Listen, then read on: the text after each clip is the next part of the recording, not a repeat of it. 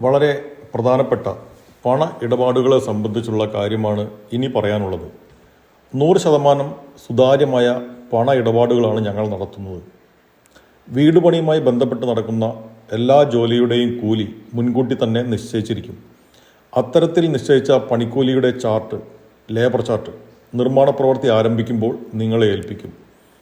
ആ ചാർട്ടിൽ പറഞ്ഞിരിക്കുന്ന റേറ്റ് അനുസരിച്ചായിരിക്കും മുഴുവൻ പണികളുടെയും കൂലി കണക്കാക്കുന്നത്.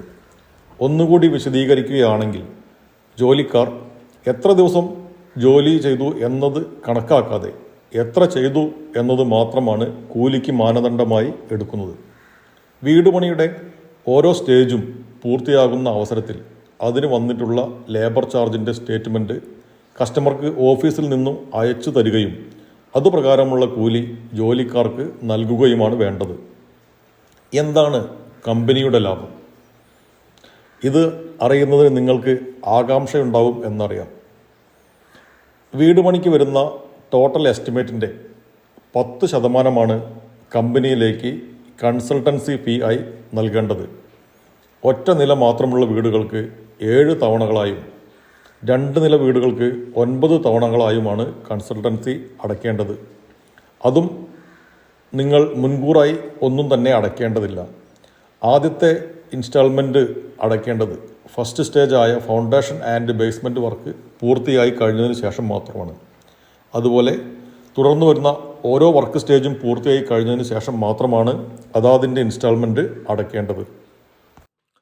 കമ്പനിയുടെ ജോലിക്കാർ മുഴുവനും മലയാളികളാണ്.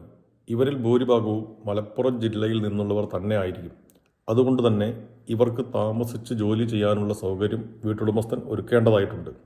ഫൗണ്ടേഷൻ ഒഴികെയുള്ള മറ്റ് എല്ലാ ജോലികൾക്കും പരമാവധി 5 പേർ മാത്രമായിരിക്കും ഉണ്ടായിരിക്കുക. അതിന് അനുയോജ്യമായ ഒരു താമസ സൗകര്യം മാത്രമാണ് ആവശ്യമായി വരിക. രാവിലെ 7 മണി മുതൽ വൈകിട്ട് വരെ ഇവർ ജോലി ചെയ്യും. അതിനാൽ തന്നെ വീട് നിർമ്മാണം കുറഞ്ഞ സമയം കൊണ്ട് തീർക്കാൻ സാധിക്കും.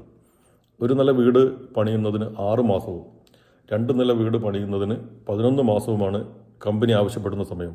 എങ്കിലും യഥാക്രമം 4-8 മാസങ്ങൾ കൊണ്ട് വീട് പണി പൂർത്തിയാവാറുണ്ട്. ഭക്ഷണം പാചകം ചെയ്യുന്നതിനുള്ള സൗകര്യം കൂടി താമസ സ്ഥലത്ത് ലഭ്യമായിരിക്കണം.